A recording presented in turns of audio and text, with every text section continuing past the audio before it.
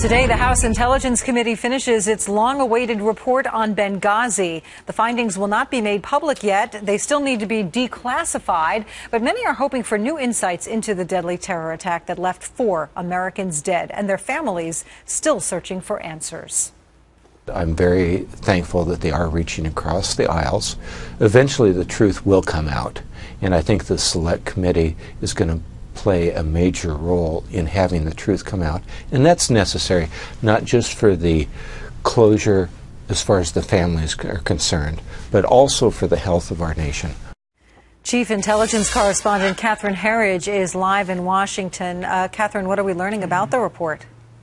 Well, Patty Ann, good morning. The Republican head of the powerful House Intelligence Committee told Fox News that there was no intelligence failure and that all roads lead to the State Department and its failure to act on multiple security warnings. I think clearly the State Department portion of this needs a further review. Somebody made decisions that at least in some way contributed to the death of 4 Americans in that chain of command on the security side at the temporary mission facility.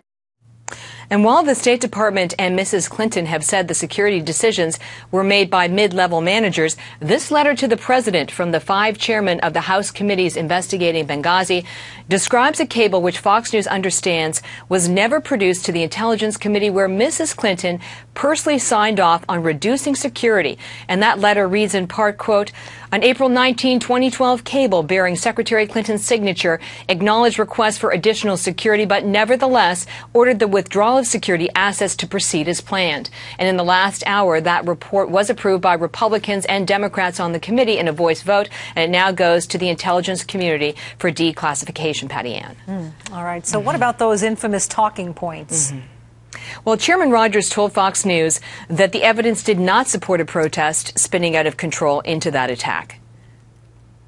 The narrative portion of that happened later, and it happened thousands of miles away in Washington, D.C. And I think the facts are pretty clear on this, and that's why we're hoping for a bipartisan vote in the sense that this is a fact-based investigation. But a senior Democrat on the committee said, quote, "The initial talking points provided by the intelligence community were flawed because of conflicting assessments, not an intention to deceive."